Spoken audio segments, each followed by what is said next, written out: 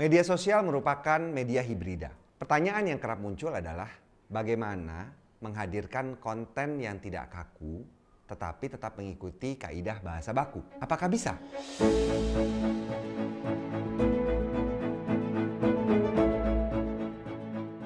Komunikasi melalui media sosial merupakan hal yang vital dalam era digital saat ini. Selain sebagai sarana hiburan, media sosial telah menjadi jembatan mutakhir yang menghubungkan informan dan pemirsa untuk penyebaran informasi dan berita. Bahkan, bagi kalangan profesional, media sosial merupakan representasi lembaga atau organisasi mereka di dalam dunia maya tanpa sekat. Kesalahan sedikit saja dalam bermedia sosial dapat menimbulkan permasalahan yang besar, lebih besar daripada yang kita bayangkan. Oleh karena itu, penting untuk mengetahui bagaimana kita dapat mengendalikan media sosial. Hal ini dapat dimulai dengan mengetahui cara menulis konten media sosial. Saya Ivan Lanin, dan dalam kelas penulisan konten media sosial Narabahasa ini, saya akan mengajak kerabat Nara untuk belajar mengendalikan media sosial. Kita akan membahas mulai dari karakteristik, pengelolaan, dan laras bahasa media sosial. Jadi, siapkah kerabat Nara untuk belajar merawat wajah media sosial bersama saya?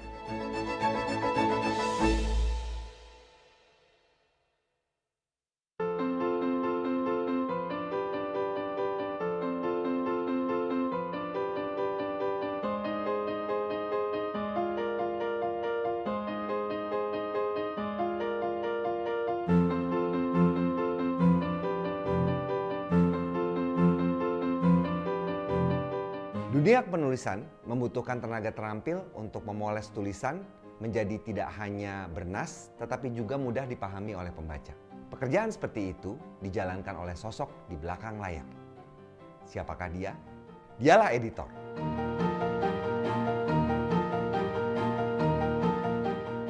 Editor memegang peranan kunci dalam sebuah tulisan. Editor harus bisa menjembatani sebuah tulisan dari penulisnya menuju penerbit hingga akhirnya sampai ke tangan pembaca. Peran tersebut membuat editor harus bisa memoles tulisan menjadi baik dan mudah dipahami. Tulisan seperti itu harus bisa memenuhi beberapa syarat. Keteraturan ejaan, kesesuaian diksi, keterangkaian kalimat, dan kepaduan paragraf merupakan beberapa dari syarat tersebut. Untuk memenuhi syarat-syarat tersebut, seorang editor harus memenuhi terlebih dahulu keterampilan-keterampilan dasar yang berhubungan dengan bahasa.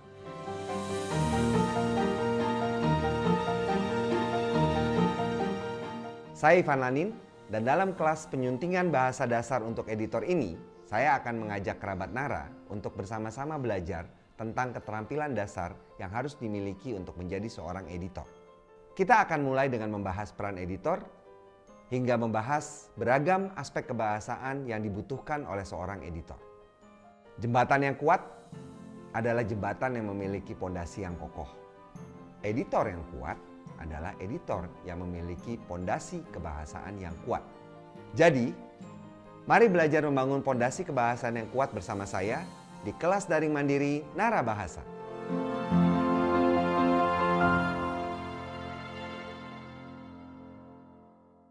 Lingkungan birokrasi membutuhkan perangkat komunikasi yang dapat menyampaikan pesan dengan efektif. Perangkat itu biasa diwujudkan dalam bentuk tulisan yang disebut dengan naskah dinas.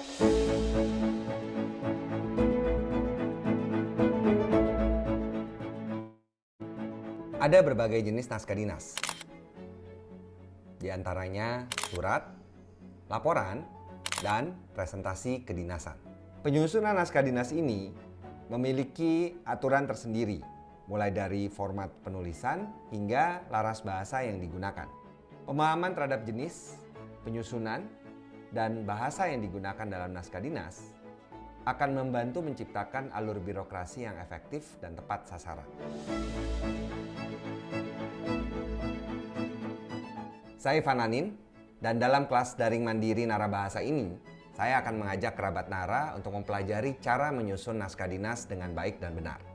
Kita akan membahas berbagai hal, mulai dari jenis, penyusunan, dan laras bahasa yang digunakan di dalam naskah dinas.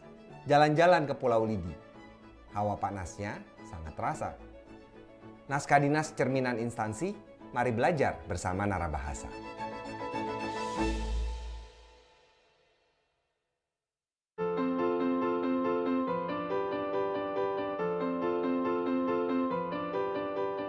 Semua produk utuh yang kita hasilkan dari bahasa, baik fiksi maupun non-fiksi, baik lisan maupun tulisan, merupakan suatu wacana. Salah satu bagian dari wacana adalah paragraf. Paragraf merupakan bagian wacana yang mengungkapkan satu pikiran yang lengkap.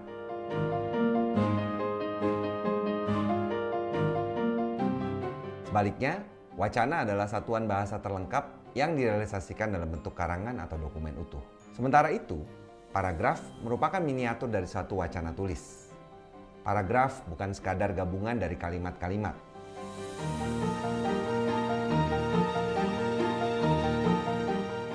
Saya Ivan Lanin. Dalam kelas penataan wacana dan paragraf ini, saya akan mengajak kerabat Nara untuk belajar membuat wacana dan mengembangkan paragraf. Kita akan mulai dengan mempelajari jenis wacana dan paragraf, pembuatan wacana dan pengembangan paragraf, serta kelengkapan wacana dan keutuhan paragraf. Kecakapan dalam menata wacana dan paragraf akan membuat gagasanmu tersampaikan dengan tepat. Jadi, tunggu apa lagi? Sampai jumpa di kelas ya, kerabat Nara.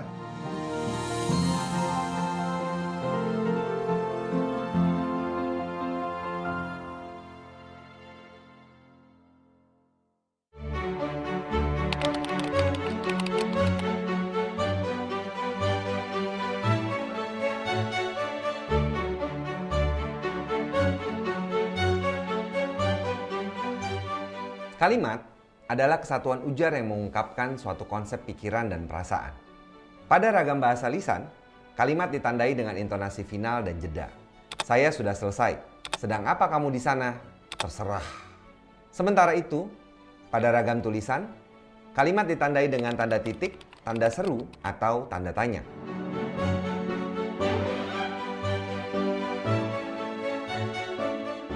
Saya Ivan Lanin.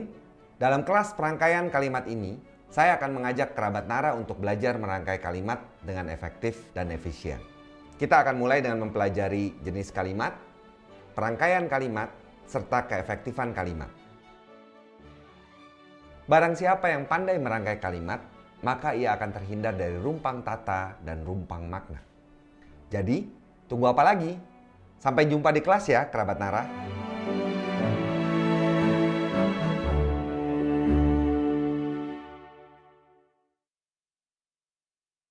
Media sosial merupakan media hibrida. Pertanyaan yang kerap muncul adalah bagaimana menghadirkan konten yang tidak kaku tetapi tetap mengikuti kaidah bahasa baku. Apakah bisa?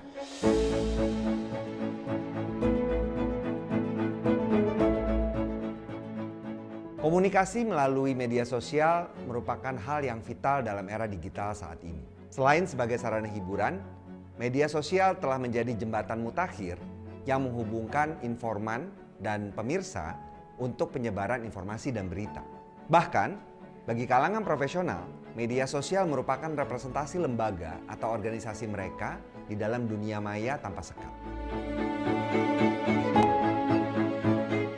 Kesalahan sedikit saja dalam bermedia sosial dapat menimbulkan permasalahan yang besar, lebih besar daripada yang kita bayangkan.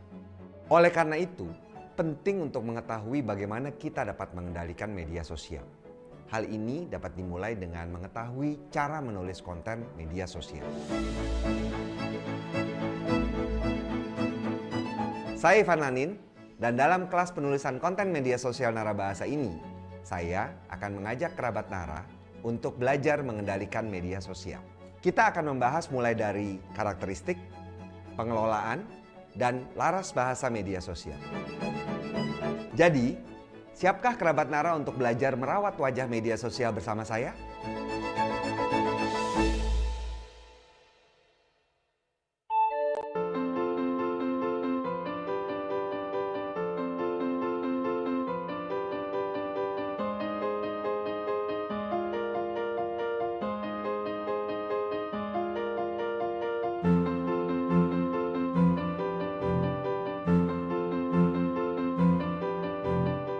Dunia penulisan membutuhkan tenaga terampil untuk memoles tulisan menjadi tidak hanya bernas, tetapi juga mudah dipahami oleh pembaca.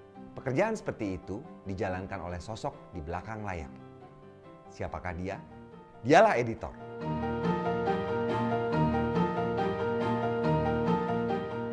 Editor memegang peranan kunci dalam sebuah tulisan. Editor harus bisa menjembatani sebuah tulisan dari penulisnya menuju penerbit hingga akhirnya sampai ke tangan pembaca.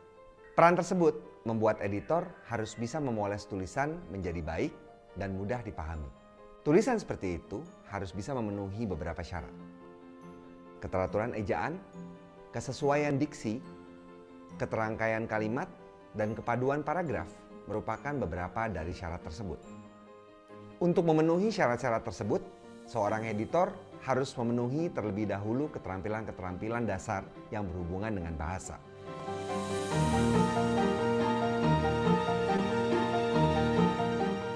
Saya Ivan Lanin, dan dalam kelas penyuntingan bahasa dasar untuk editor ini, saya akan mengajak kerabat Nara untuk bersama-sama belajar tentang keterampilan dasar yang harus dimiliki untuk menjadi seorang editor.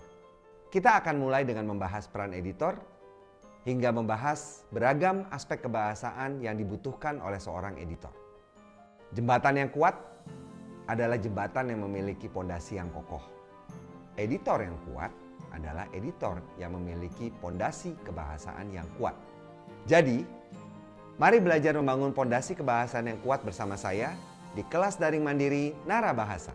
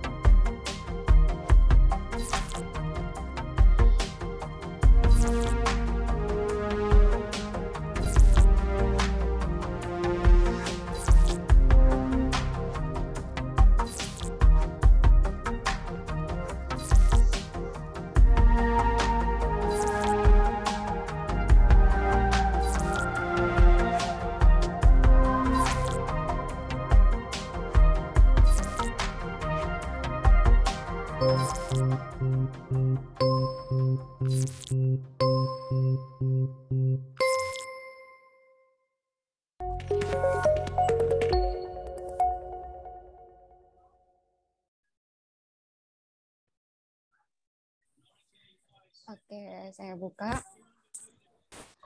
Assalamualaikum, Shalom, Namo Buddhaya, Om Swastiastu, salam sejahtera untuk kita semua.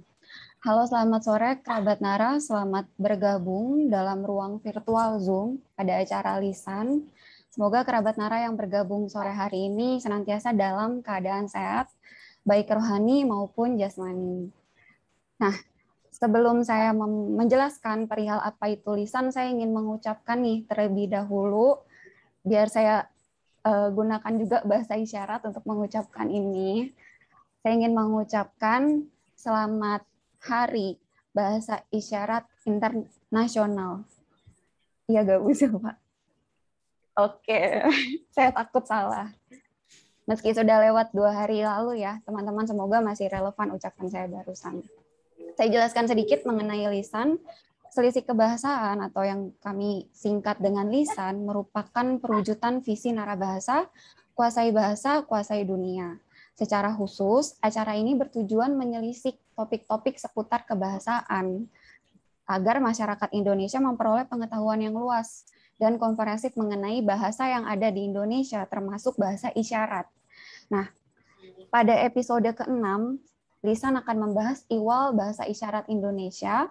Kebetulan tadi seperti ucapan saya bertepatan pula dengan peringatan Hari Bahasa Isyarat Internasional 2 hari lalu pada 23 September 2021. Secara garis besar, ada 4 hal yang akan kita bahas sore hari ini. Yang pertama mengenai konsep bahasa isyarat sebagai alat komunikasi, lalu pembentukan bahasa isyarat Indonesia, lalu bahasa isyarat yang ada di Indonesia seperti yang kita ketahui ada 2 jenis, baik itu Bisindo maupun CB, sebuah sistem. Lalu yang keempat, perkembangan bahasa Indonesia, bahasa isyarat Indonesia terkini. Tuh. Nah, keempat hal itu akan dijawab oleh narasumber kita sore hari ini. Saya sekaligus perkenalkan dan saya sapa halo Bu Laura Lesmana Wijaya. Beliau merupakan Kepala Pusat Bahasa Isyarat Indonesia, Kepala Pusbisindo. Dan pada kesempatan sore hari ini secara spesial juga Lisan menghadirkan juru bicara, ini dosen saya dulu. Saya perkenalkan yang sudah tampil juga di layar teman-teman, Bu Silva Tenrisara Pertiwi Isma. Halo Ibu. Halo Mbak Desi. Ini saya agak kaku kalau manggil Bu Silva pakai Ibu karena beliau masih muda. Oke. Halo Mbak Laura. Saya panggil Mbak saja. Sepertinya kameranya mati ya, Mbak Laura.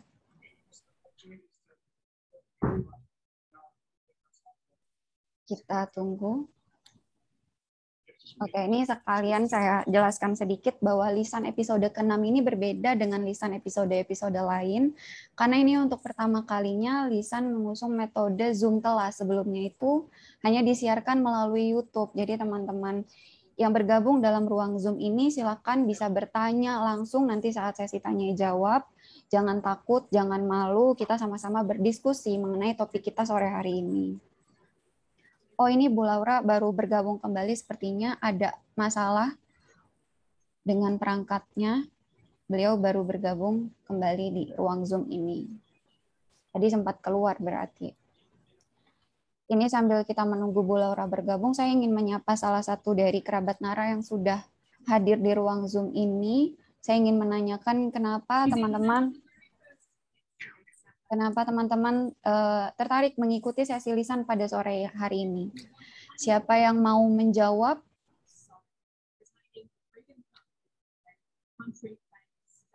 Ada yang mau menjawab? Apa yang teman-teman harapkan dari ikut sesi lisan sore hari ini? Oke, silakan. Saya asumsikan Mbak ya, Mbak Dea Luciani Yanuar mau menjawab. Halo, terima kasih untuk kesempatannya. Alasan saya pengen mengikuti sesi ini adalah karena narasumber dan penerjemahnya pun memang orang-orang yang ingin saya kenal lebih dekat gitu, baik itu Kak Laura dan Bu Silva. Itu saya ingin kenal lebih dekat dan saya ingin memperkaya diri dengan wawasan mengenai bahasa isyarat ini. Oke. Ingin mengenal lebih dekat sosok Kak Laura dan Kak Silva ya, Mbak Dea. Oke. Ada lagi yang ingin memberi alasan? Terima kasih Mbak Dea sudah menjawab. Ini kayaknya Mbak Ayubi menyalakan kamera ingin menjawab ya. Kenapa ikut sesi lisan sore hari ini Mbak Ayubi? Halo. Ibu Laura, apa kabar? Ya, hari saya, halo? Sehat. Ya. Laura bilang sehat. Ya, sama. Saya sehat. Hari ini saya mau ikut kelas ini karena rindu dengan kedua dosen saya nih yang pernah mengajar saya di kelas isyarat. Mengulas pengen apa ya, merecall memori-memori pengetahuan saya plus ingin menambah juga pengetahuan tentang bahasa isyarat tentunya. Oke. Alasan Mbak Yubi berarti karena rindu dengan dua sosok narasumber pada sore hari ini. Ini alasannya dua-duanya sama nih, baik Mbak Dea maupun Mbak Ayubi sama-sama rindu, sama-sama ingin mengenal lebih dekat dua sosok kita, sosok narasumber lisan sore hari ini. Oke, ada lagi satu lagi. Laki-laki dong, saya mau dengar suara laki-laki. Ada yang mau memberi alasan kenapa bergabung dalam ruang Zoom? Ayo, laki-laki. Oke, sambil ada yang mau memberi alasan? Kenapa tertarik ikut lisan bahasa isyarat Indonesia? Nggak ada. Oke. Ini karena saya sama Bu Silva sudah kenal, saya ingin kenalan langsung dengan Bu Laura. Mbak Desi, tadi Laura menyampaikan, mungkin dari teman-teman Tuli juga ada yang mau menyampaikan alasan juga nggak apa-apa. Dari teman-teman Tuli, apakah ada yang mau menyampaikan alasan kenapa bergabung sore hari ini? Atau Bu Laura mengenal nama, jadi bisa ditunjuk. Siapa?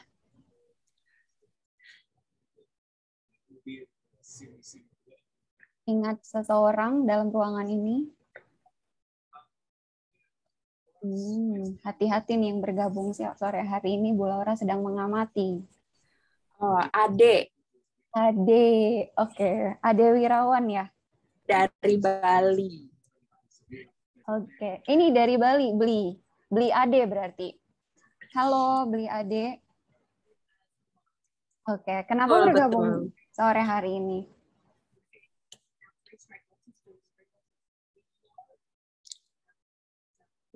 Dulu, waktu itu, saya tertarik dengan bahasa isyarat ya. Karena bahasa isyarat, saya tertarik dengan linguistik bahasa isyarat. Dan saya banyak belajar dari Laura dan juga Silva. Saya mau belajar dari mereka, mau ikut di sini seperti itu. Terima kasih. Oke, terima kasih Beli Ade sudah menjelaskan alasannya kenapa bergabung sore hari ini. Oke, ini karena saya dengan Bu Silva sudah pernah kenalan, kita sudah kenal dan saya dengan Bu Laura belum kenal. Saya ingin memperkenalkan diri saya dulu kepada Bu Laura. Halo, nama saya DE SY. Nama panggil saya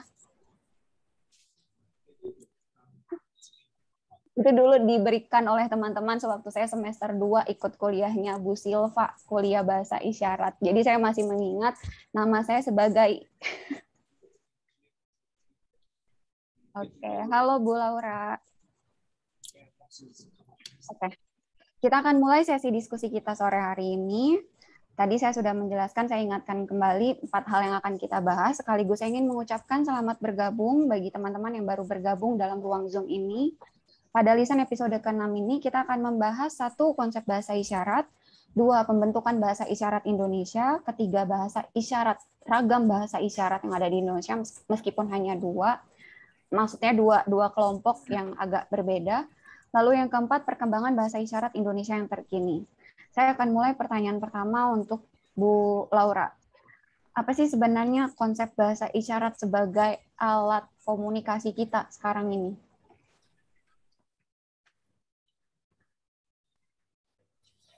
Baik. Ya, saya mau meng-share PPT apakah bisa atau kita diskusi aja? Bisa. Jika Bu Laura menyiapkan Salindia atau PPT, silakan ditayangkan. Kami dengan senang hati akan melihat.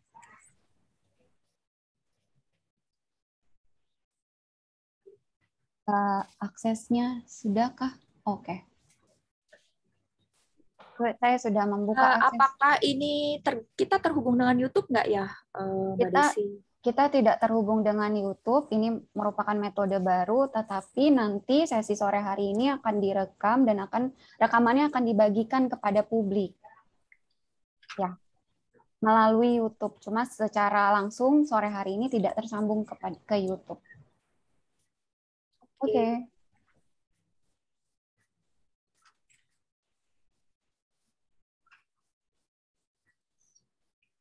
Oke, sudah terlihat. Oh, itu latar ya ternyata saya kira. Ya, jadi topik kita adalah bahasa isyarat Indonesia atau Bisindo. Tadi kan Mbak Desi menyampaikan ada 4 topik yang akan kita bahas ya, seperti ini. Nah, sekarang kita berfokus ke konsep bahasa isyarat dulu. Apa sih konsep bahasa isyarat? mungkin karena waktu yang cukup pendek ya, agak susah untuk menjelaskan, tetapi saya akan memilih hal-hal yang penting. Hal utama yang menjadi konsep bahasa isyarat adalah modalitas, kemudian bagaimana pasangan minimal itu ditemukan dalam bahasa isyarat Indonesia. Baik, terkait modalitas, kita lihat di sini visual gestural. Modalitas itu adalah cara komunikasi. Jadi bahasa isyarat itu bagaimana sih cara kita berkomunikasi dengan bahasa isyarat? Bagaimana cara kita berkomunikasi dengan bahasa lisan? Kedua hal itu berbeda. Ya, kita lihat di layar ada gambar ya yang sedang saya tunjuk. Ini isyarat bohong. Isyarat untuk kata bohong. Nah, untuk kata bohong ada ekspresi wajah yang juga tergabung dalam isyarat tersebut. Jadi ada pakai tangan, pakai ekspresi wajah, pakai gerakan, dan itu semua kita serap melalui penglihatan kita. Sehingga disebut visual, modalitas visual. Karena kan orang tuli itu bergantung pada kemampuan visualnya. Ya. Nah, orang tuli dan orang dengar berbeda terkait dengan persepsi.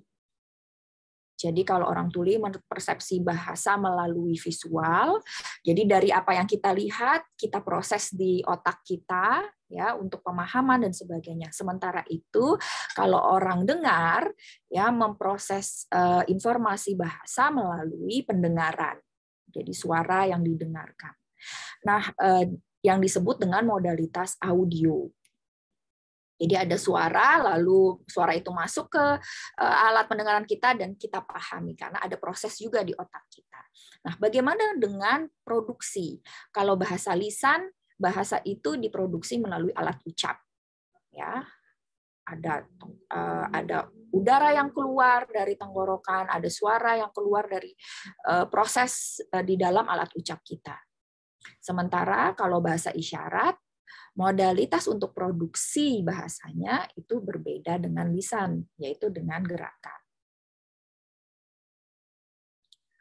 Nah, jadi di sini kita lihat ya, ada juga modalitas yang digunakan untuk berkomunikasi oleh orang yang buta tuli.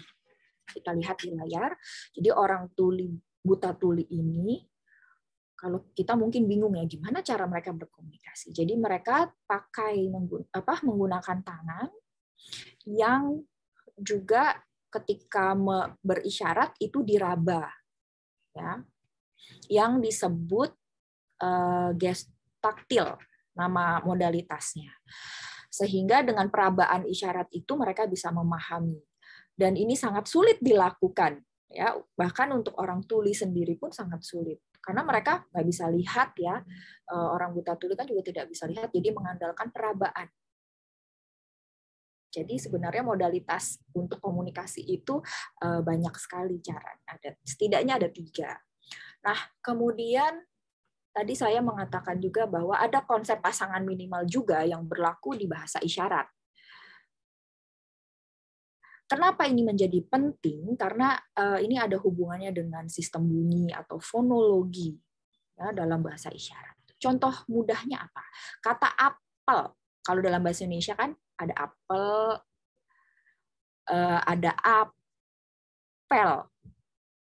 Ya, ada apel, ada apel. Apel di upacara gitu ya. Jadi ada perbedaan antara e dan e. Tulisannya sama, tetapi suaranya atau pengucapannya berbeda. E dan e.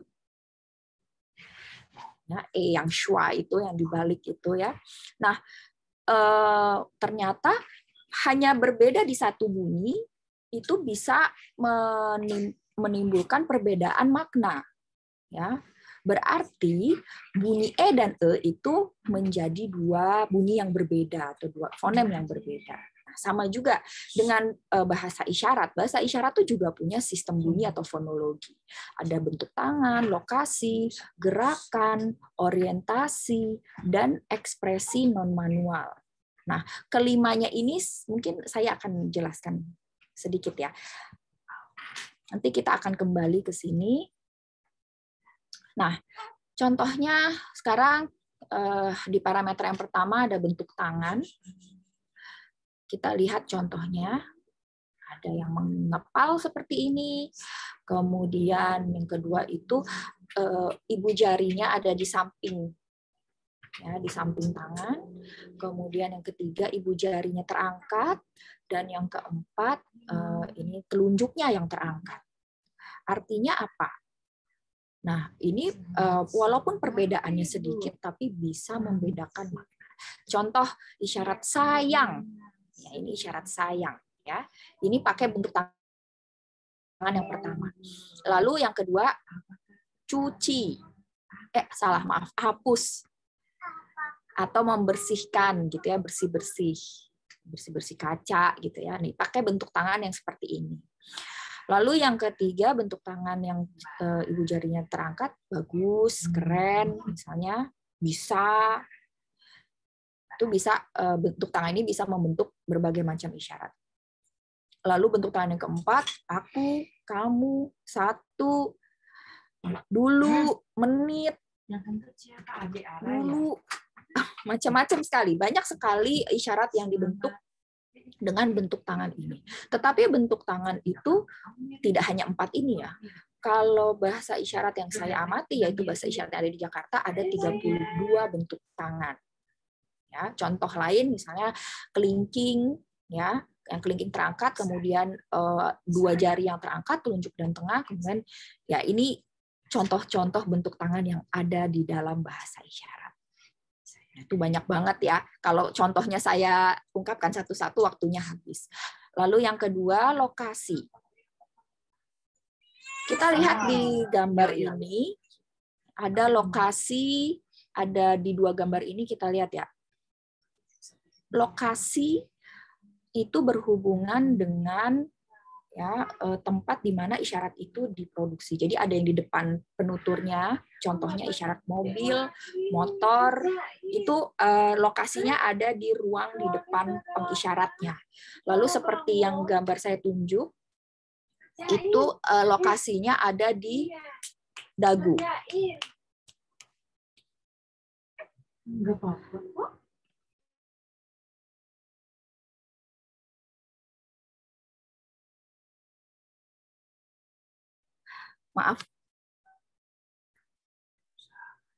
Maaf orang lain ada yang berbicara. Oke. Kemudian isyarat yang ini ada di gambar itu artinya saudara. Ya, ini isyarat saudara. Jadi kalau kita mau mengatakan saudara, itu nggak bisa kita isyaratnya itu di dahi, itu nggak bisa. Itu tidak akan bermakna. Orang akan bingung, ini apa? Lagi ngomong apa dia? Gitu ya. Nah, artinya apa? Lokasi itu juga penting ya, sebagai pembentuk isyarat.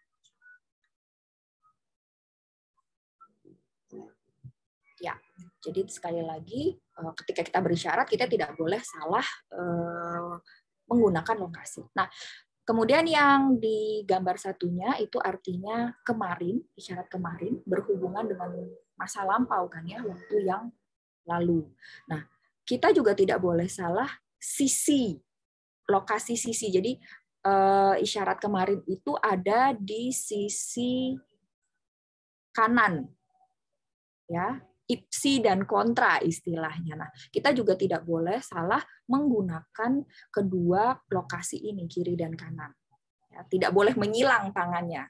Karena kalau menyilang, orang akan bingung isyarat apa yang sedang disampaikan. Lalu gerakan. Gerakan ini banyak sekali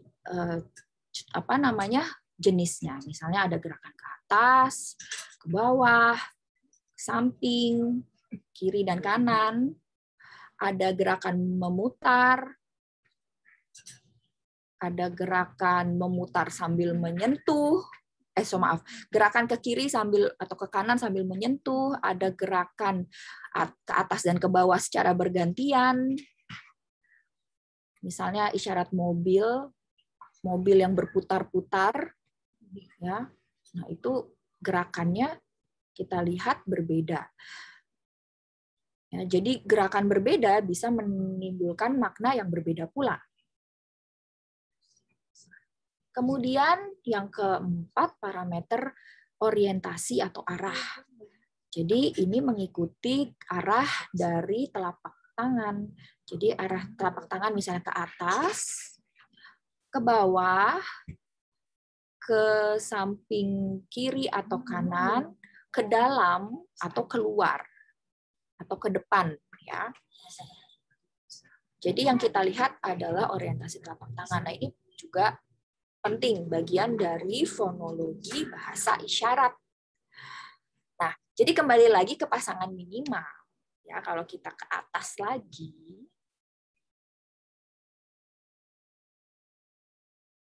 misalnya ada isyarat seperti ini.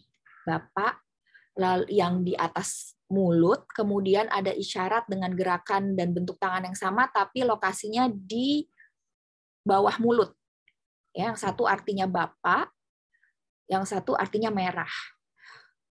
Sama, bentuk tangannya sama, gerakannya juga sama, hanya dari kiri ke kanan, gitu ya. Hanya satu kali. Kita lihat. Dan ketika bergerak, telunjuknya juga menempel pada tubuh, gitu ya, pada muka. Oh, maaf, salah. Maaf, saya kasih contoh yang salah. Misalnya bentuk tangan yang mudah. Bentuk tangan 1, 2, isyarat 1, 2, gerakannya, orientasinya, lokasinya sama. Ya, tapi yang berbeda apa? Yang berbeda adalah bentuk tangannya.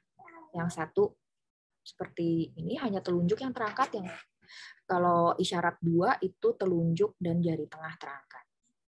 Ya. Jadi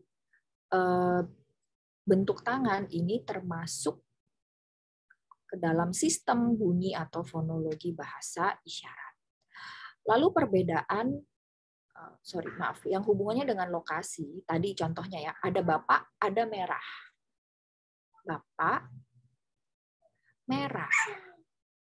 Kalau kita lihat, gerakannya sama, orientasinya sama, bentuk tangannya sama, tapi berbeda lokasi. Yang satu di atas mulut, satu di bibir bagian bawah atau di bawah bibir, ya. Nah, hanya berbeda lokasi, ya, tapi bisa menimbulkan perbedaan makna. Itu berarti lokasi menjadi ukuran, ya, untuk membedakan makna satu kata dalam bahasa isyarat. Kalau gerakan, misalnya mobil berjalan lurus ke depan, ya. Lalu ada gerakan berliku-liku. Kita lihat bentuk tangannya sama, orientasinya sama, tapi yang satu gerakannya lurus, yang satu gerakannya meliuk-liuk, gitu ya. Jadi kedua isyarat ini hanya berbeda di satu aspek saja, satu parameter saja. Nah, itulah yang kita sebut sebagai pasangan minimal. Lalu hubungannya dengan orientasi, misalnya ini isyarat pipis, lalu yang kedua ini isyarat sepatu. Pipis atau buang air kecil. Ya, kita lihat orientasinya saling, kedua tangan dan kiri saling berhadapan, ya, orientasinya. Kalau ini adalah sepatu, isyarat sepatu, kita lihat bentuk tangan sama, gerakannya sama, yaitu ada gerakan menyentuh 2 kali, lokasinya juga sama, tetapi hanya berbeda di orientasi telapak tangan. Ya. Dan itu menimbulkan perbedaan di orientasi itu menimbulkan makna yang berbeda, sehingga orientasi ini juga signifikan sifatnya dalam membedakan makna. Nah, kalau pasangan minimal yang berhubungan dengan ekspresi non-manual, ini contohnya. Tidak suka. Seperti ini ya, ekspresi wajahnya. Coba lihat saya, jangan lihat gambar. Kita lihat mulut saya. Lalu yang kedua, dengan giginya kelihatan. Kalau yang pertama tadi tidak. Ya. Yang pertama seperti ini. Artinya tidak suka. Yang kedua seperti ini. Itu artinya lebih ke jijik. Jadi berbeda. Ya. Jadi ternyata ekspresi wajah atau ekspresi tubuh kita itu juga bisa membedakan makna. Nah, kesemuanya ini berhubungan dengan fonologi bahasa isyarat ya. Mbak Desi, mungkin mau bertanya atau gimana? Langsung kita lanjutkan saja. Kita lanjutkan saja. Oke, baik. Nah, lalu untuk yang kedua, ya, tadi sebenarnya sudah saya menjelaskan fonologi bahasa isyarat. Dan saya ingin menunjukkan satu hal yang penting, bagaimana munculnya bahasa isyarat Indonesia ini. Oke. Sebelumnya kita perlu tahu sejarahnya dulu nih, sejarah bahasa isyarat. Ya. Sekolah tuli, orang-orang tuli itu biasanya saling bertemu itu di SLB, ya, di sekolah.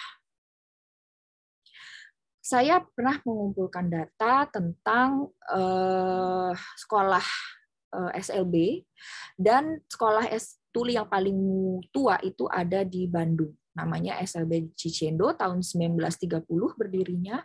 Kemudian tahun 1938 ada SLB di Wonosobo, namanya Dena Upakara.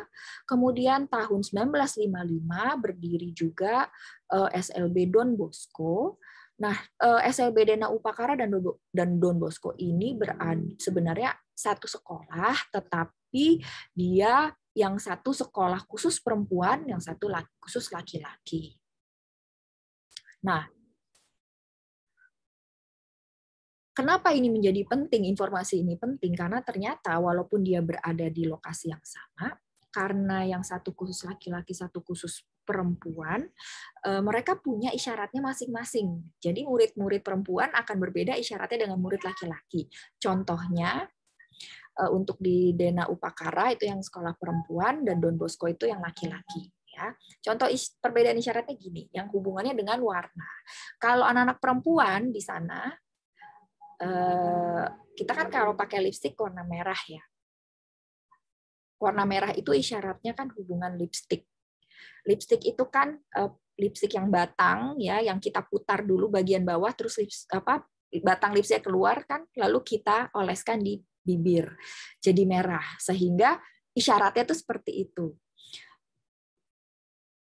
Nah, kalau laki-laki itu berbeda, agak berbeda. Jadi dia pakai jari telunjuk. Sementara yang perempuan untuk mengisyaratkan merah pakai jari ibu jari. Gitu. Nah, itu perbedaannya. Lalu misalnya warna hitam. Ini yang laki-laki seperti ini, lalu yang perempuan seperti ini. Kenapa ya? Kok bisa berbeda? Nah, kalau yang perempuan kan punya kebiasaan menjepit rambutnya ya dengan jepitan. Jadi warna hitam itu ya isyaratnya dibentuk seolah-olah sedang menjepit rambut. Ya, sementara yang laki-laki hitam, dia lebih seperti menggenggam rambut gitu.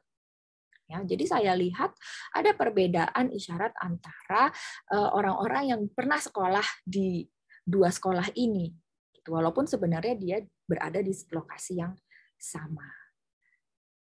Jadi variasinya banyak sekali, dan ini sangat menarik bahwa variasi bahasa isyarat itu justru banyak disebabkan atau dipengaruhi oleh lokasi atau oleh sekolah, jenis sekolah atau tempat mereka sekolah. Ya.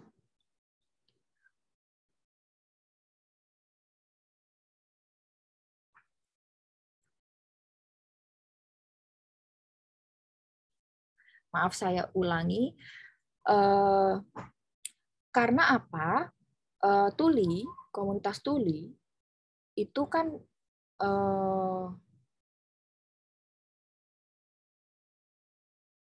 ketika orang-orang Tuli itu berkumpul dalam satu tempat, otomatis bahasa isyarat itu berkembang. Ya. Nah, kalau orang Tuli itu hanya hidup sendiri atau di rumahnya itu dia hanya sendirian yang Tuli, ya, tentu saja dia tidak ada orang untuk diajak berbicara, tidak ada orang diajak berkomunikasi, sehingga bahasa isyarat juga tidak berkembang dan bahasanya sendiri dia juga tidak berkembang. Ya, oleh karena itu penting untuk orang Tuli berkumpul dengan sesamanya sehingga ada sistem komunikasi atau bahasa yang kemudian berkembang dan tumbuh di komunitas tersebut. Nah, baik. Jadi setelah sekolah, ya, alumni-alumni yang lulus dari sekolah-sekolah luar biasa ini melanjutkan pendidikan ke jenjang yang lebih tinggi. Ya, tetapi banyak hambatan ketika mereka mau melanjutkan, karena banyak yang tidak mau menerima mereka di pendidikan tinggi seperti di universitas. Dan ini menjadi masalah sehingga pada akhirnya orang-orang Tuli mulai berpikir untuk mendirikan sebuah organisasi Tuli, ya, yang berfungsi untuk mengadvokasi kebutuhan-kebutuhan orang-orang Tuli, gitu. Ya. Jadi misalnya ada kebutuhan untuk mendapatkan pendidikan, kemudian organisasi ini juga difungsikan untuk membagikan informasi, ya, saling berbagi informasi, entah itu gosip-gosip baru atau berita-berita baru dan sebagainya. Jadi peran organisasi ini penting untuk komunitas Tuli. Tapi seiring dengan adanya organisasi, berkembang pula bahasa isyarat. Nah, jadi kesimpulannya, seiring perjalanan waktu, muncullah istilah bahasa isyarat Indonesia, yaitu tahun 2000. Sebelumnya, sebelum tahun 2000, tidak ada nama Bisindo itu. Ya, nama Bisindo itu belum ada, atau bahasa isyarat Indonesia itu belum ada namanya. Hanya orang bilangnya isyarat tuli, isyarat tuli. Nah, pemerintah pada saat itu kan berpikir, oh, orang Tuli itu nggak punya bahasa, ya. Mereka tidak punya bahasa. Lalu Tuli itu mencoba menjelaskan, ini isyarat, ini bahasa, gitu. Tapi bagaimana caranya? Akhirnya organisasi Gerkatin itu, Gerakan untuk Kesejahteraan Tunarungu Indonesia, pada akhirnya memberi nama isyarat yang selama ini digunakan dengan bahasa isyarat Indonesia. Artinya apa? Apakah artinya bahasa isyarat Indonesia itu berarti bahasa isyarat di Indonesia itu hanya ada satu di seluruh Indonesia? Tidak, ya. Jadi bukan berarti ada bahasa isyarat yang sama di seluruh Indonesia ini. Sebenarnya banyak sekali variasinya. Nah, bahasa isyarat Indonesia yang kita sebut atau kita singkat dengan Bisindo, seiring perjalanan waktunya, ya, kita bisa lihat perkembangannya. Jadi ternyata ada bahasa isyarat yang di Jogja, di Jakarta, di Makassar, di Bali, di Parepare. Itu ternyata berbeda-beda, gitu.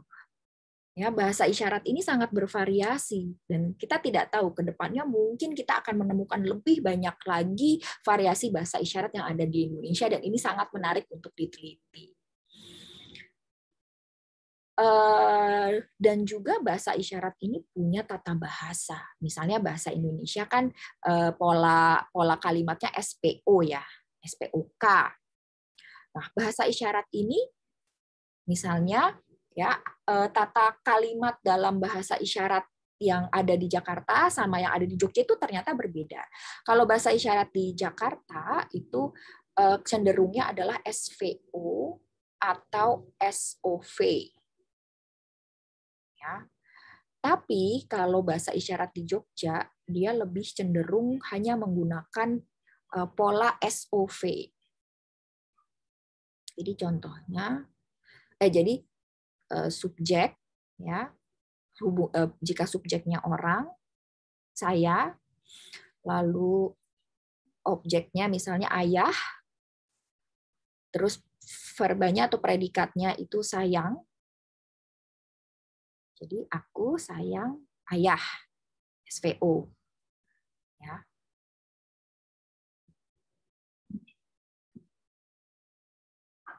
Kalau SOV, mereka kadang-kadang bingung. Siapa yang sayang siapa ya?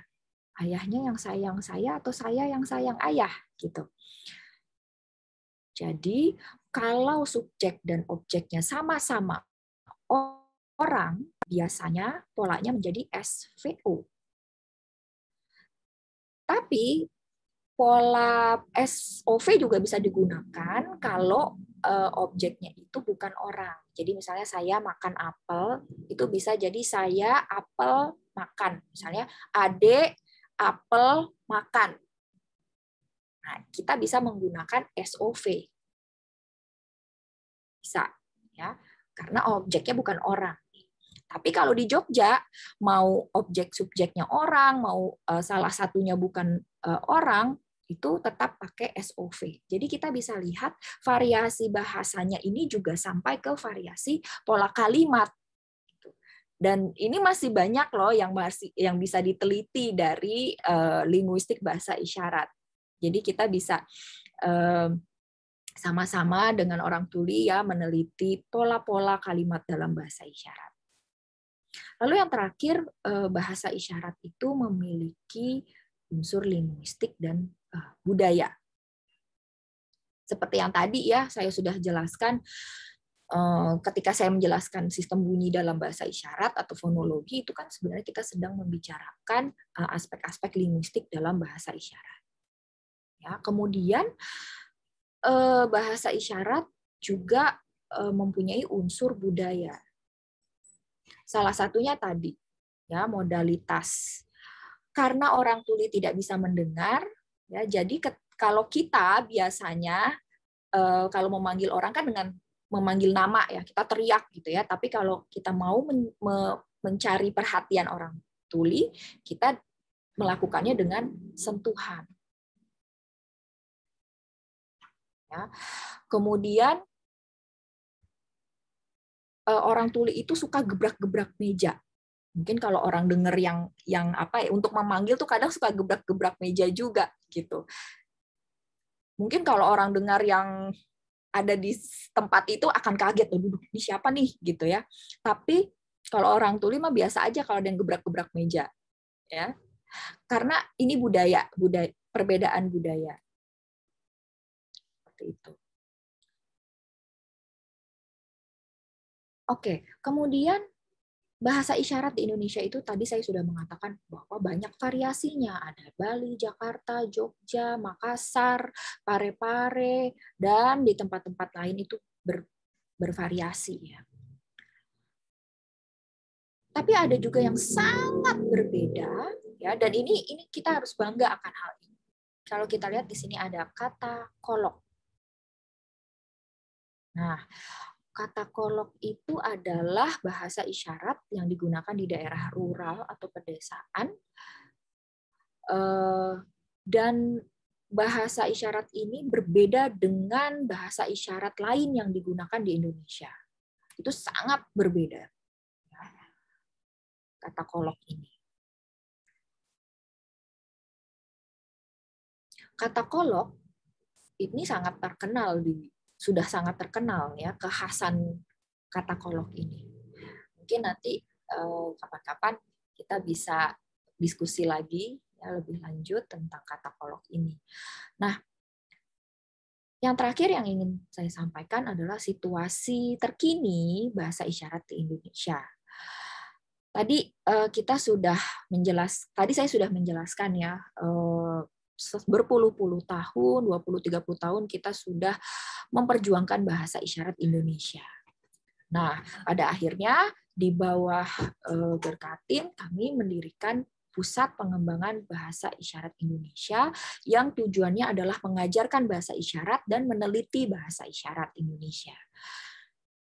Dan juga kami berkolaborasi dengan LRBI FIB-UI atau Laboratorium Riset Bahasa Isyarat di FIB-UI untuk memasyarakatkan, menyosialisasikan, mempromosikan bahasa isyarat Indonesia supaya juga orang-orang yang mendengar, masyarakat umum itu sadar akan keberadaan bahasa isyarat. Dan juga Pusbisindo atau Pusat Pengembangan Bahasa Isyarat Indonesia ini sudah ada cabangnya di 8 daerah. Mungkin teman-teman nanti bisa lihat ya di website. Kita lihat perkembangan saat ini ya. Pusbisindo secara aktif membuka kelas bahasa isyarat, juga di FIB-UI. Mungkin banyak nih teman-teman mantan mahasiswa yang sudah lulus dari FIB-UI yang dulu ikut kelas bahasa isyarat ya, mata kuliah bahasa isyarat, belajar bahasa isyarat. Kemudian setelah lulus masuk ke PLJ atau Pusat Layanan Juru Bahasa, mereka menjadi juru bahasa isyarat. Ya, jadi sekarang kita sudah punya pusat layanan untuk juru bahasa isyarat. Ya, kita lihat di sini salah satunya adalah kemitraan dengan BNPB, Badan Nasional Penanggulangan Bencana ya. Kita bisa lihat setiap ada misalnya informasi tentang perkembangan terkait dengan COVID, ada juru bahasa yang juga tampil gitu ya. Dan juga di televisi-televisi kita juga bisa melihat dengan tampilnya juru bahasa isyarat di televisi-televisi nasional, masyarakat bisa sadar, bisa ngeh gitu ya bahwa oh ya di Indonesia ini juga ada kelompok tuli yang yang juga harus mengakses informasi sesuai dengan kebutuhannya, yaitu bahasa isyarat. Contohnya di Global TV ya, kita lihat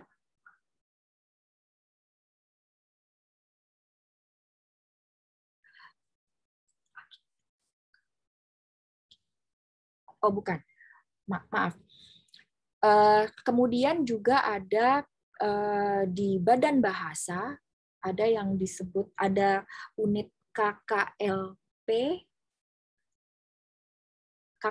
di bawah Badan Bahasa, itu yang menaungi juru-juru bahasa ya atau penerjemah. Mereka melihat bahwa oh ternyata di TV ada juru bahasa isyarat ya, dan akhirnya mereka menghubungi kami dan mengajak kami bergabung, dan pada akhirnya kami membuat sama-sama menyusun RSKKNI atau Rancangan Standar Kompetensi Kerja Nasional Indonesia khusus juru bahasa isyarat. Dan sampai saat ini kita sudah merancang bagaimana caranya supaya nanti profesi juru bahasa isyarat ini bisa tersertifikasi. Nah, banyak sekali perkembangan positif yang sudah saya tunjukkan nih, tetapi tentu saja PR dan perjuangan ini masih banyak dan masih harus berlanjut.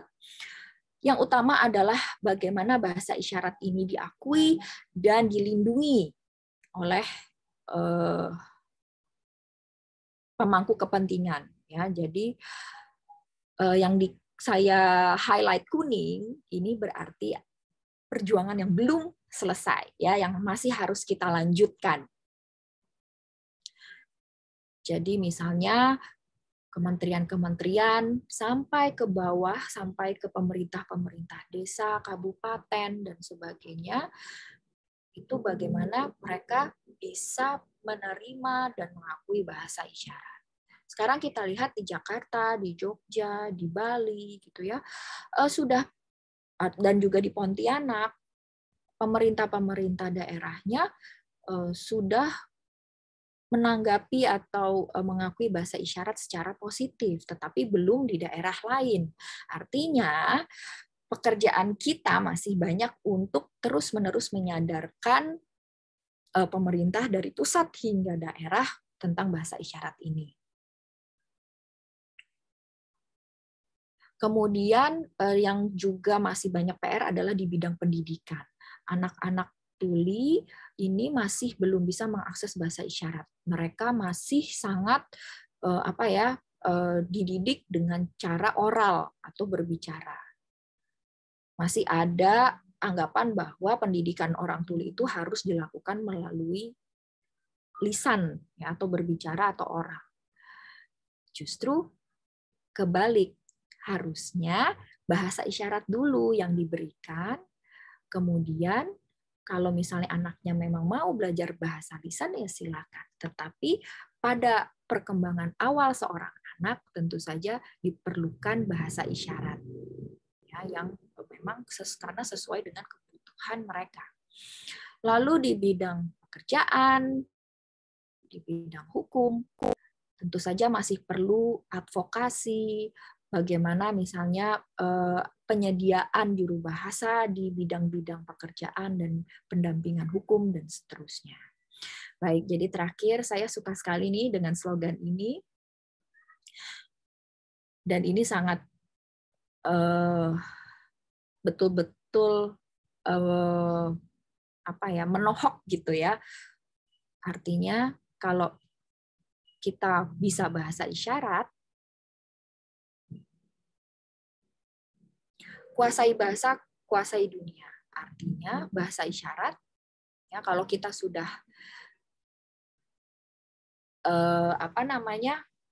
mengakui bahwa bahasa isyarat itu adalah bahasa, maka kita bisa mengajak orang lain untuk menggunakan bahasa isyarat, ya, untuk belajar bahasa isyarat, dan pada akhirnya bahasa isyarat bisa mendunia. Dan kalau misalnya orang-orang tidak tahu atau tidak sadar tentang bahasa isyarat, maka kita belum bisa menguasai dunia nih. Baik, ini sudah saya ulang lagi, sekali lagi, saya berharap teman-teman tuli ketika pakai isyarat,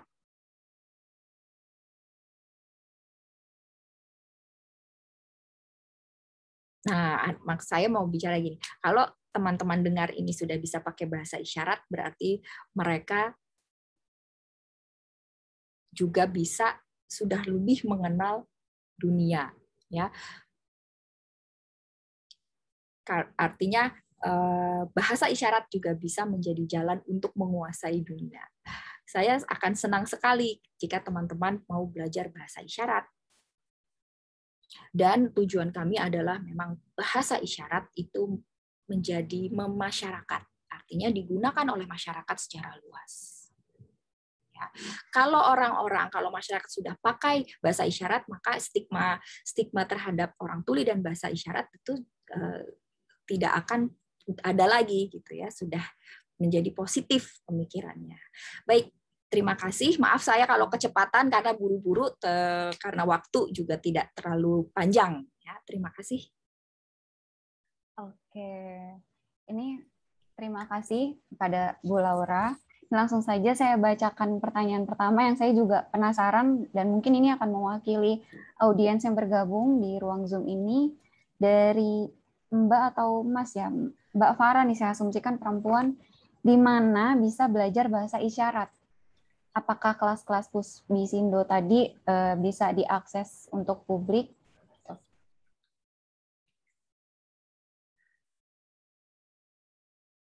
Langsung dijawab ya. Jadi tadi saya belum sempat menunjukkan ya. Terima kasih untuk kesempatannya. Jadi Pusbisindo kan tadi ada 8 cabang ya, ada di Jakarta, di Jogja, di Pulau Jawa, ada di Bali, kemudian di Pontianak, Jambi.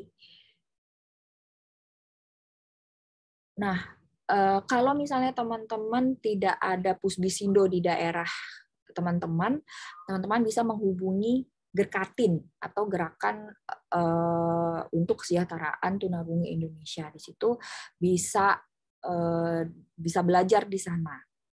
Kalau di Jakarta itu udah banyak kelas bahasa isyarat ya. Ada organisasi silang yang namanya silang ya, di situ juga membuka kelas bahasa isyarat.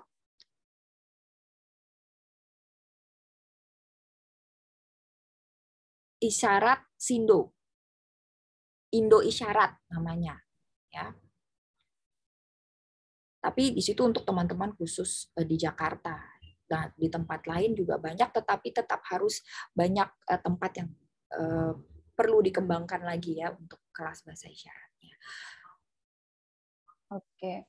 Lalu apakah untuk semoga ada di daerah ya. Kalau di daerah ada komunitas tuli, mudah-mudahan disitulah juga bisa belajar bahasa isyarat. Oke, pertanyaan berikutnya, Bu, apakah di masa pandemi sekarang komunitas-komunitas tadi menyediakan pelatihan melalui daring seperti ini, melalui Zoom? Dan apakah jadwal itu tersedia secara rutin, misalnya 1 bulan sekali, 2 bulan sekali, seperti itu? Kalau boleh, mungkin itu informasi tersebut akan berguna bagi teman-teman yang terbatas ruang, tempat, dan lain-lain. Jadi kita bisa belajar sama-sama melalui Zoom.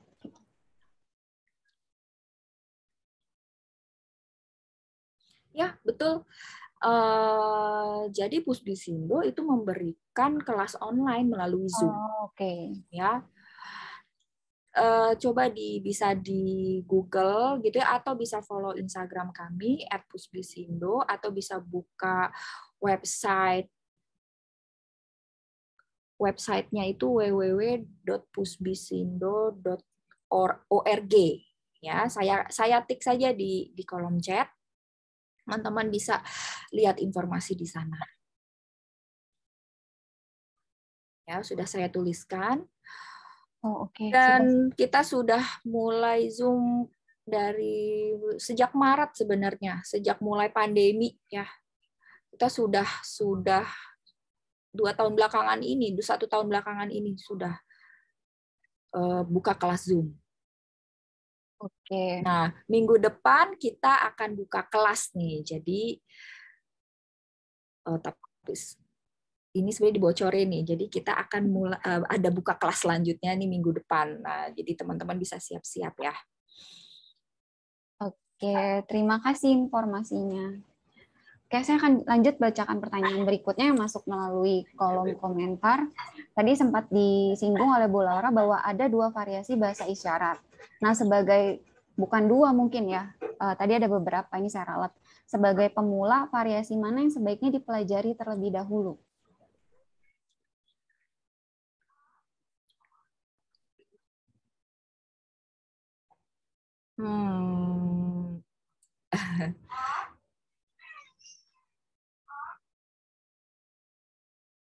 Baik, Mbak Desinya kemana nih? Oke. Nah, jadi kalau tempatnya di mana, variasi tempat apa, saya tidak bisa jawab ya. Tapi misal tergantung teman-teman tinggal di mana. Jadi kalau misalnya teman-teman tinggal di Bali ya bisa belajar bahasa isyarat yang ada di Bali, gitu. Ya, kalau yang di Jogja, ya, misalnya teman-teman tinggal di Jogja ya belajar bahasa isyarat yang digunakan di Jogja. Kenapa? Misalnya nih ya, kita belajar bahasa isyarat, ya, sudah selesai kita komunikasi sama teman-teman tuli yang ada di Jogja, ya tentu saja yang digunakan kan bahasa isyarat yang ada di sana, gitu ya. Jadi, tapi jangan khawatir dengan adanya variasi-variasi itu. Ketika kita sudah belajar bahasa isyarat di satu tempat, kita akan sudah terasah nih kemampuan kita dalam belajar bahasa isyarat, sehingga kalaupun kita nanti pergi ke daerah lain dan menemukan variasi isyarat di daerah lain, kita seperti sudah punya dasar untuk menangkap isyarat, ya walaupun berbeda seperti itu. Dasar komunikasinya udah dapat ya berarti.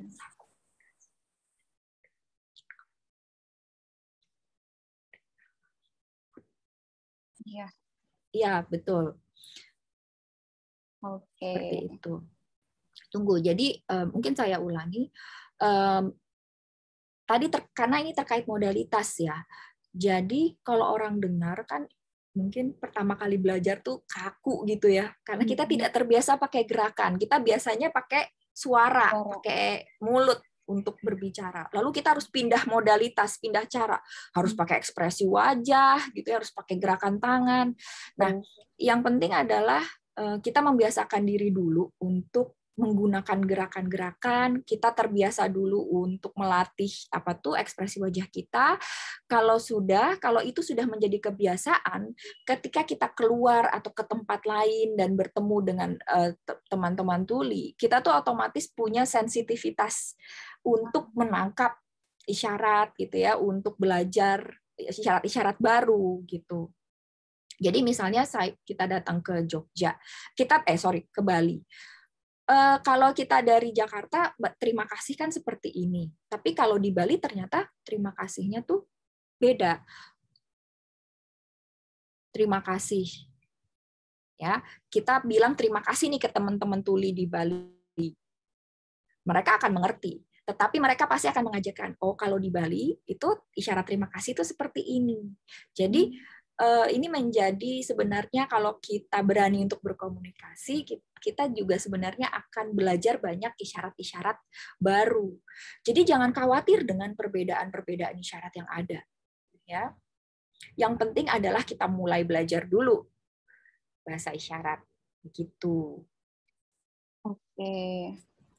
Terima kasih. Untuk selanjutnya dari Mbak Herdina, katanya Mbaknya ini sedang belajar bahasa isyarat dan dia kidal, terbiasa menggunakan tangan kiri.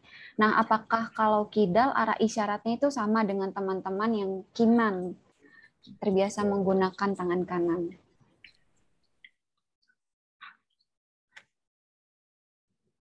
Enggak. Enggak. Kalau hubungannya dengan penggunaan tangan ya, kalau isyarat itu tidak ada yang bilang harus pakai kanan, harus pakai kiri. Kita tidak pakai istilah kanan atau kiri. Kita pakai istilah dominan, tangan dominan, atau tangan non-dominan. Artinya apa? Jadi kalau isyarat, artinya tergantung kita pakai tangan kita yang dominan tuh apa gitu ya. Jadi pakai kiri bisa, pakai kanan bisa. Ya, misalnya, ini ada fitur dalam bahasa isyarat namanya classifier atau kita bilang bentuk penggolong. Ya, contohnya nih. Nah, ini kita lihat nih benda ini ya yang saya tunjukkan ya. Kita bisa lihat ya teman-teman ya benda yang sedang saya pegang. Isyaratnya saya pakai tangan kanan nih, HP. Lalu ada tongkat ya. Nah, bentuk tangan tongkat itu ya seperti atau bentuk tripod gitu ya. Seperti ini. Kita lihat bentuk tangannya. HP kita taruh di benda tongkat tadi. Ini nerjemahinnya bingung nih. Mungkin teman-teman perhatikan dulu ya. Mungkin juru bahasanya diam dulu. Oke. Kita perhatikan, Ibu Laura.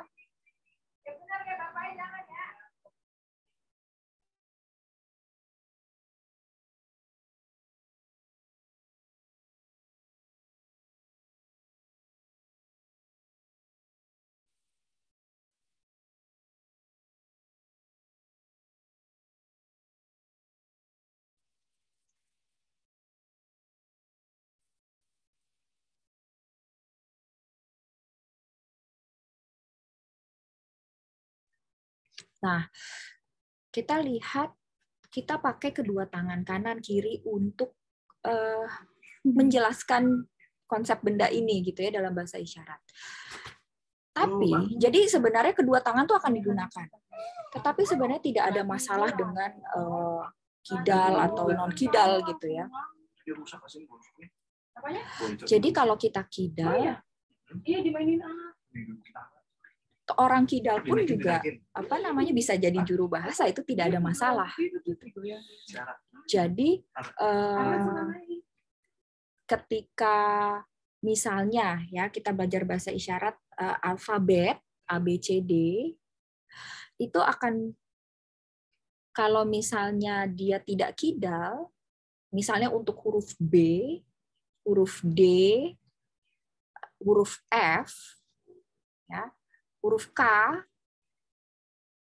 kita bisa lihat ada satu tangan yang, kalau dia tidak kidal maka dia akan menggunakan tangan kiri sebagai dasarnya, base-nya gitu ya. Jadi F, jadi dia diam aja nih tangan kirinya. K, P,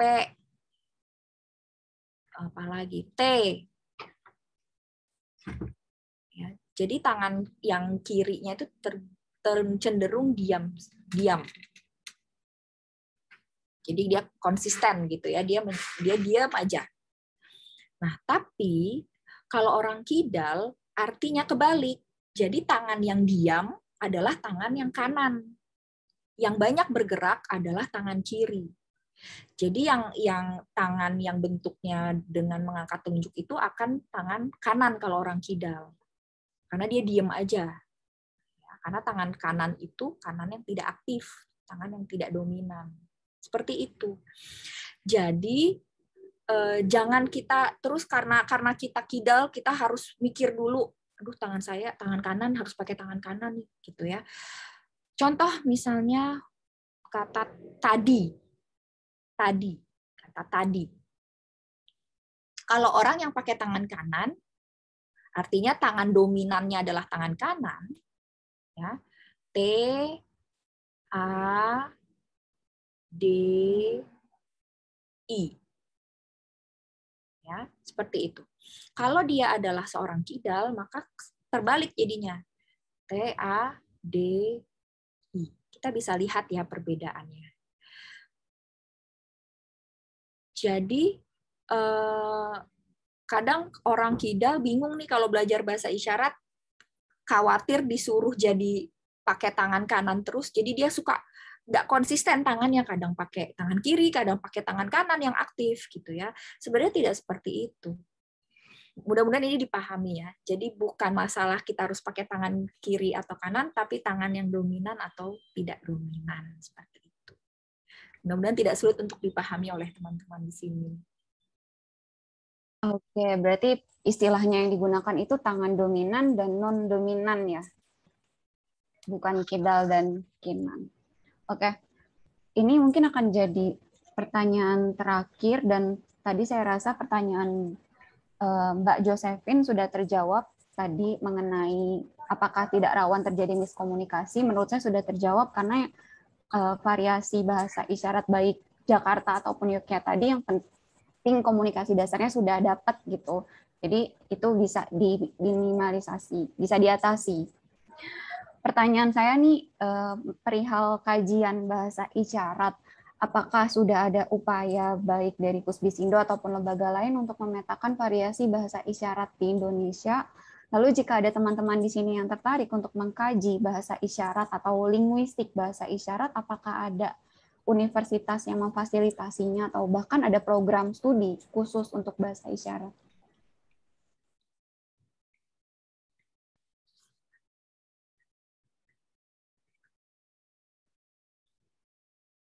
Oke, iya. Nah, mungkin saya juga mau menambahkan untuk tingkat universitas, untuk di sebelum COVID, universitas yang menyelenggarakan bahasa isyarat itu sangat sedikit. Tetapi setelah COVID, ada 2 universitas yang menyediakan kelas bahasa isyarat ya, atau mata kuliah bahasa isyarat ini ada di sekolah khusus keperawatan ya, mereka minta untuk dibukakan kelas bahasa isyarat gitu ya. Jadi saya melihat justru pada masa pandemi ini kelas bahasa isyarat di tingkat pendidikan tinggi itu makin bertambah begitu. Ya, karena kebutuhannya juga makin bertambah.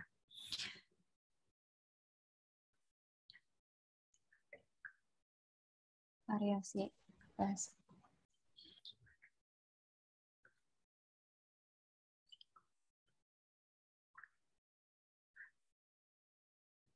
Ya, Laboratorium Riset Bahasa Isyarat LRBI secara rutin memang juga masih dalam proses meneliti ya variasi bahasa isyarat ini. Ya, ini tempatnya di FIB UI. Kemudian untuk Pusbisindo sendiri, kami meneliti hubungan tidak secara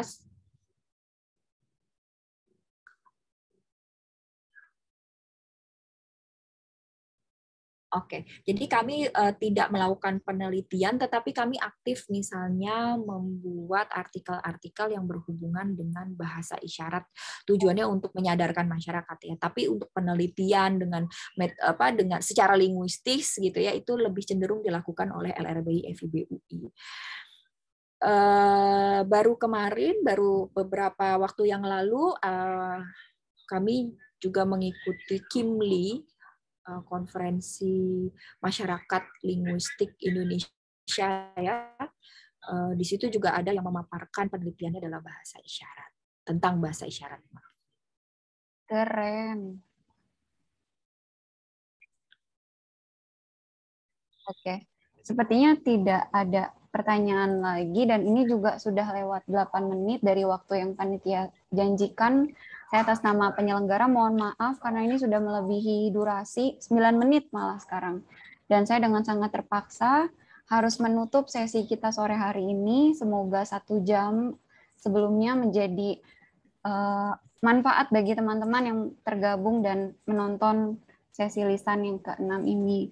Dan jangan lupa untuk kerabat Nara yang tergabung dalam Zoom ini, bagi yang tertarik belajar bahasa isyarat, tadi sudah diinfokan bahwa Pusbisindo secara rutin menyelenggarakan kelas-kelas, jadi bisa dikepoin ya di situsnya pusbisindo.org.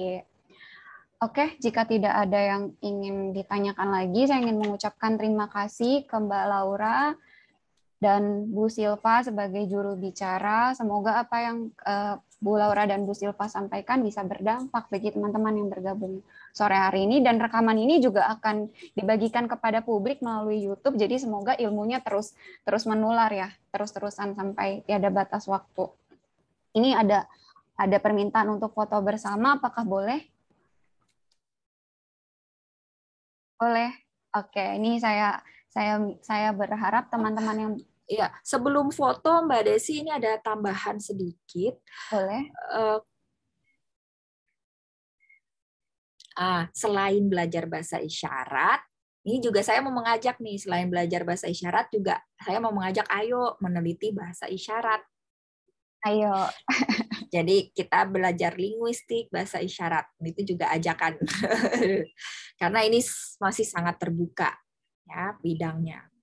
Ayo. Disertasinya Bu Silva kan nanti enggak ya?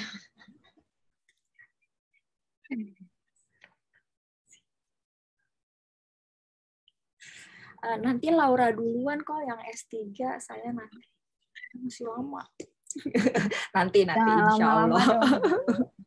Oke, untuk teman-teman yang bergabung di Zoom sore hari ini, silakan nyalakan kamera karena kita akan abadikan momen sore hari ini dalam 2 jepretan akan ditangkap layar atau di-capture oleh tim Narabahasa.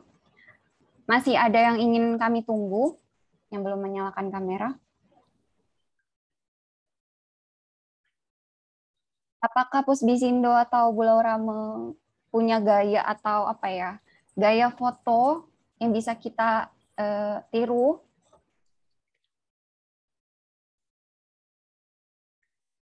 Oke, seperti ini. Indonesia. Ya. Indonesia kan seperti ini syaratnya. Jadi kita begini. Masih ada yang ingin ditunggu? Masih ada yang ingin ditunggu selain jodoh ya, Bapak, teman-teman? Tidak ada, bisa tinggalkan jejak di kolom komentar kalau ada yang masih ingin ditunggu.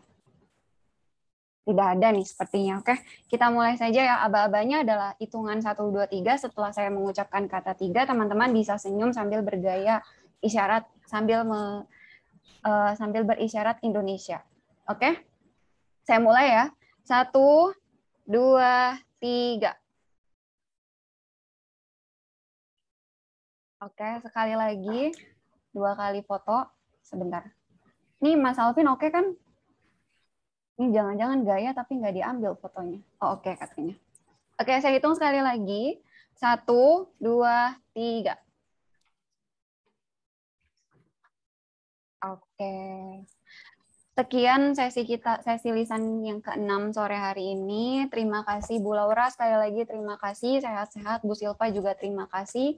Dan terima kasih untuk semua kerabat Nara yang bergabung sore hari ini. Kita bisa ketemu lagi bulan depan pada lisan episode yang ke-7. Topiknya masih rahasia. Saya Desi Irawan, atas nama tim Nara Bahasa juga ingin mengucapkan mohon maaf jika ada salah tutur atau salah tingkah dalam sesi lisan sore hari ini. Semoga apa yang disampaikan pada sesi lisan sore hari ini bisa bermanfaat bagi teman-teman semua. Selamat sore. Dah.